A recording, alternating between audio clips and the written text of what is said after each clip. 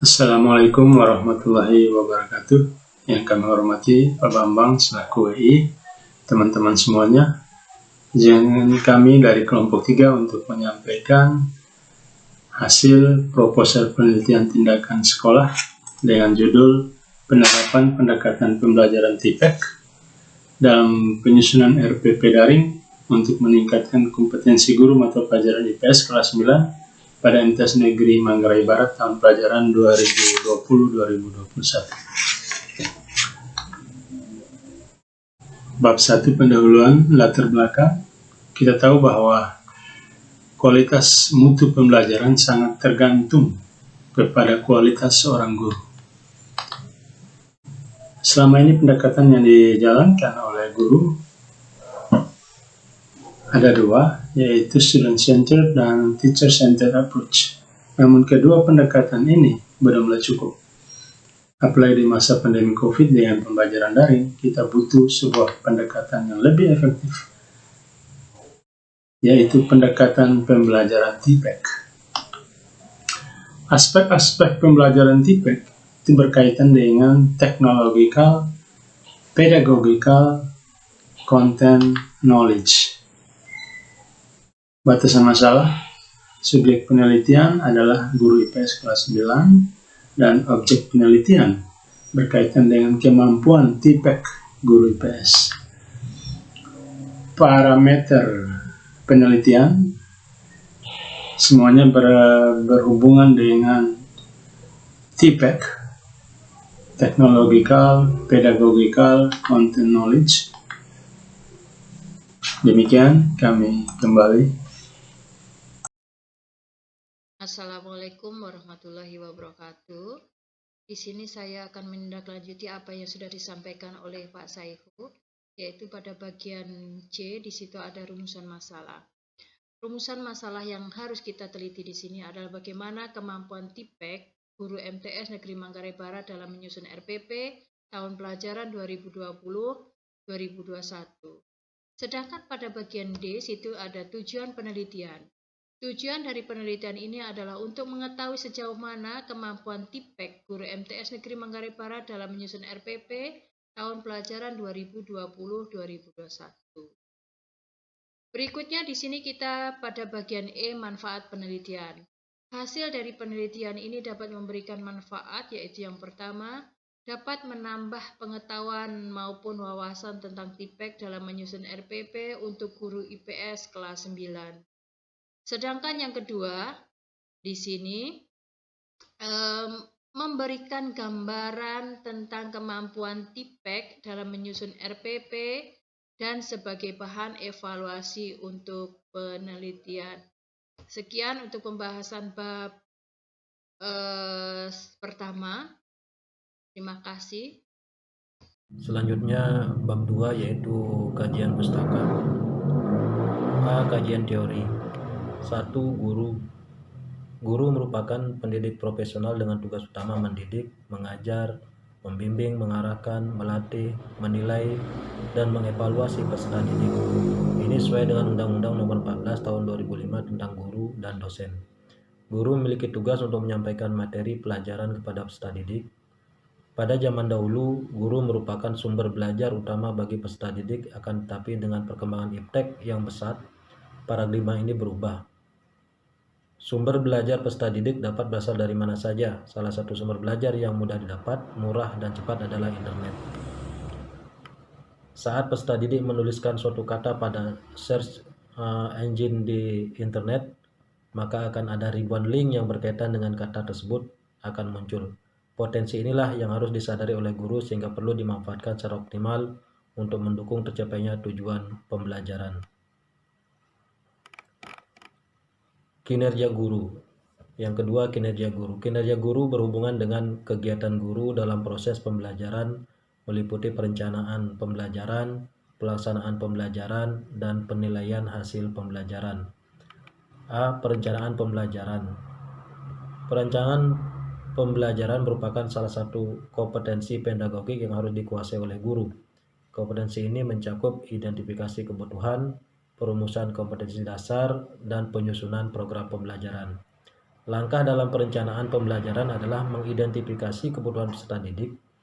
Pada tahap ini, guru menganalisis karakteristik peserta didik untuk mengenali, menyatakan, dan merumuskan kebutuhan belajarnya. Selain itu, guru perlu menganalisis potensi sumber belajar dan sarana prasarana yang dapat digunakan untuk memenuhi kebutuhan belajar peserta didik.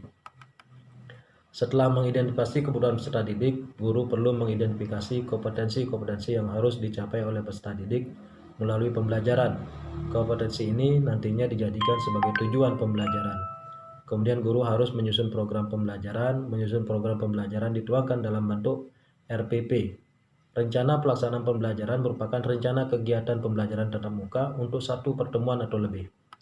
Nah, setiap pendidik pada satuan pendidikan berkewajiban menyusun RPP secara lengkap dan sistematis agar pembelajaran berlangsung secara interaktif, inspiratif, menyenangkan, menantang, efisien, memotivasi peserta didik untuk berpartisipasi aktif. Selanjutnya, pada perkembangannya, pada saat ini salah satu prinsip dalam penyusunan RPP berdasarkan Permendikbud nomor 22 tahun 2016 tentang standar proses pendidikan dasar dan menengah adalah penerapan teknologi informasi dan komunikasi secara terintegrasi sistematis dan efektif sesuai dengan situasi dan kondisi. Kemudian yang B, pelaksanaan pembelajaran. Pembelajaran adalah proses interaksi siswa dengan guru dan sumber belajar pada suatu lingkungan belajar. Pembelajaran merupakan bantuan yang diberikan pendidik agar dapat terjadi proses pemerolehan ilmu dan pengetahuan, penguasaan kemahiran dan tabiat, serta pembentukan sikap dan kepercayaan pada siswa. Pelaksanaan pembelajaran adalah proses yang diatur sedemikian rupa menurut langkah-langkah tertentu agar pelaksanaannya mencapai hasil yang diharapkan. Jadi itu berkenaan dengan pelaksanaan pelajaran. Selanjutnya mengenai prestasi belajar. Prestasi adalah hasil yang telah dicapai siswa dalam proses pembelajaran. Menurut C.C. Wijaya, prestasi belajar itu dapat berupa pernyataan dalam bentuk angka dan nilai tingkah laku. Pernyataan tersebut diperkuat oleh Tordike dan Hasin yang menyatakan bahwa hasil belajar akan diketahui bila terjadi perubahan tingkah laku yang akan dinyatakan dalam angka atau nilai. Menurut Hadar Nawawi, prestasi belajar adalah tingkatan keberhasilan siswa dalam pelajari materi pelajaran di sekolah yang dinyatakan dalam bentuk skor yang dimulai dari hasil tes mengenai jumlah materi tertentu. Demikian tentang prestasi belajar. Selanjutnya akan dilanjutkan oleh teman kami Ibu Lia. Pada Ibu Lia kami persilakan. Terima kasih Pak Agus dan teman-teman semua yang telah memberikan kesempatan kepada saya. Sekarang kita lanjut ya, kita masuk pada bagian ketiga, yaitu kerangka kerja teknologi pedagogik and content knowledge atau yang dikenal dengan TPEK. Secara lengkap, kerangka dasar pembelajaran TPEK terdiri dari A. Pedagogic knowledge atau PK merupakan pengetahuan tentang proses, praktikum, dan metode pembelajaran. B. Content knowledge atau CK adalah pengetahuan tentang materi pelajaran yang berupa pengetahuan, fakta, konsep, teori, dan prosedur dalam bidang ilmu tertentu. C. Technological knowledge atau yang dikenal dengan TK adalah pengetahuan tentang teknologi yang standar seperti buku, kapur, dan papan tulis, serta teknologi modern seperti internet dan video digital. D. Pedagogic content knowledge atau PCK yang digagas oleh Sulman. Pengetahuan ini berkaitan dengan presentasi dan perumusan konsep, teknik pedagogik, dan pengetahuan tentang konsep yang mudah dan sulit dalam sebuah pembelajaran. Teknologi Pedagogic Knowledge atau TPK adalah pengetahuan tentang teknologi yang digunakan dalam kaitan belajar mengajar. Yang lanjut, teknologi content knowledge atau TCK adalah pengetahuan dalam menggunakan teknologi untuk menyajikan materi, dalam hal ini materi pelajaran-pelajaran tertentu. Nah, yang dikaji di sini adalah materi pelajaran IPS untuk kelas 9. Dan yang terakhir adalah technological, pedagogic, and content knowledge.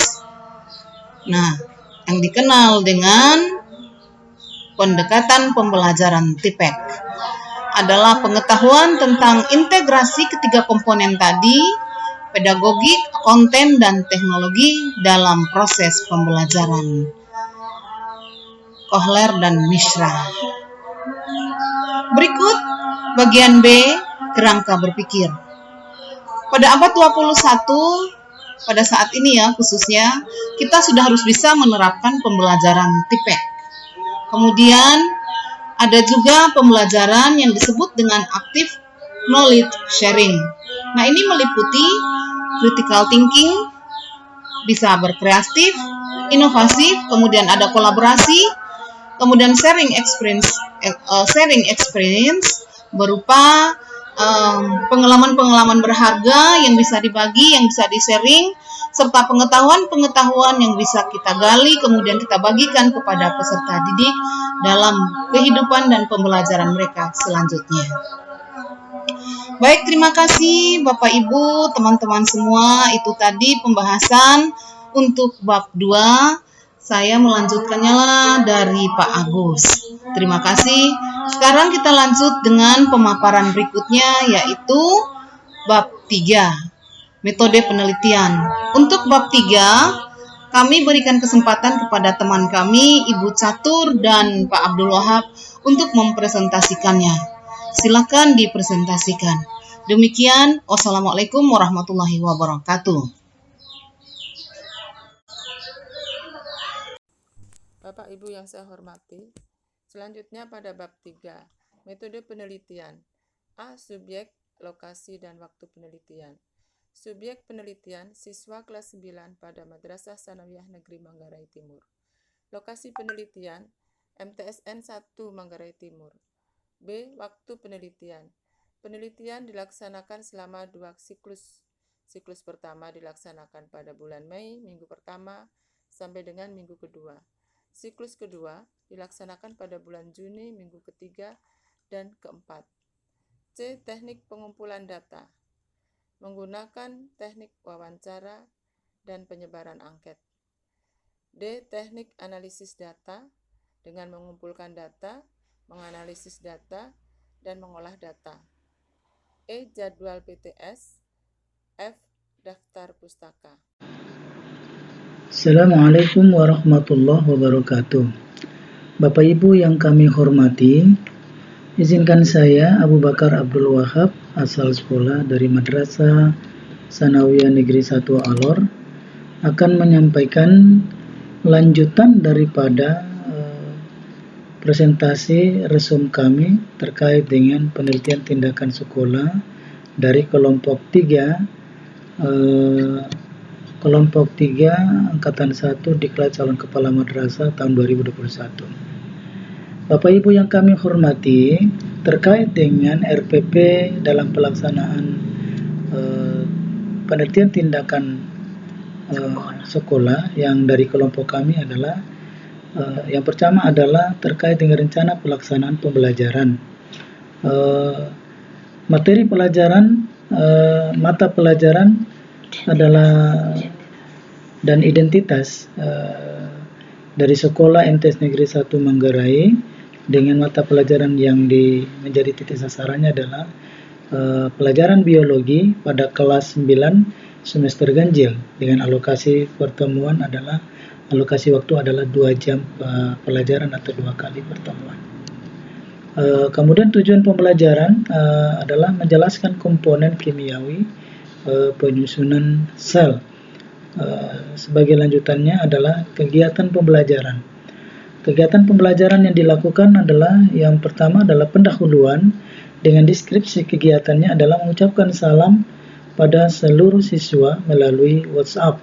kemudian menanyakan kabar mereka hari ini melalui WhatsApp, menanyakan siapa saja yang tidak hadir hari ini, menyampaikan tujuan pembelajaran pertemuan hari ini, memperhatikan gambar struktur sel hewan dan sel tumbuhan, kemudian memberikan pertanyaan pada siswa, apa perbedaan sel hewan dan sel tumbuhan yang diamati, semuanya dilakukan melalui WhatsApp group. Kemudian kegiatan intinya adalah pertemuan pertama dengan alokasi waktu 2 jam pertemuan, dengan deskripsi kegiatannya adalah menjelaskan struktur dan fungsi sel tumbuhan dan sel hewan. Kemudian menjelaskan perbedaan sel prokariotik dan sel eukariotik, semuanya melalui media video yang disampaikan oleh guru. Kemudian refleksi dan konfirmasi adalah menyampaikan nilai latihan dari hari yang dilaksanakan pada hari itu, kemudian menyampaikan itu melalui Google Form, kemudian menyampaikan motivasi untuk tetap semangat belajar kepada para siswa melalui WA Group. Bapak Ibu yang kami hormati, kemudian terakhirnya adalah penilaian. Penilaian ini dengan keterampilan yang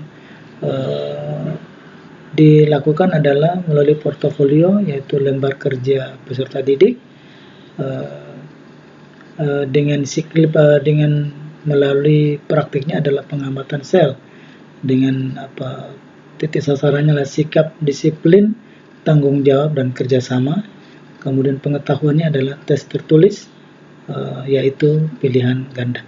Bapak Ibu yang kami hormati, inilah pemaparan dari kelompok kami yang kami sampaikan. Kurang lebihnya kami mohon maafkan. Assalamualaikum warahmatullahi wabarakatuh.